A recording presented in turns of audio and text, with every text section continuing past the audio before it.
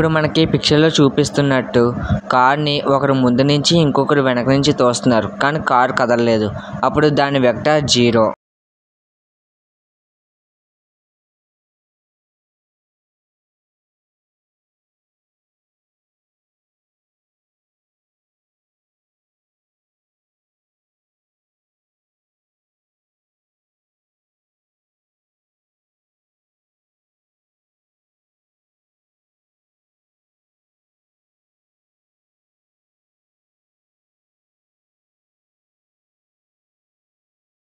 ఇప్పుడు గడియారాన్ని తీసుకుందాం. గడియారాన్ని ప్లేన్ గా అనుకున్నాం అనుకోండి, అందులో ఉన్న ముళ్ళుల్ని వెక్టర్స్ గా తీసుకుందాం.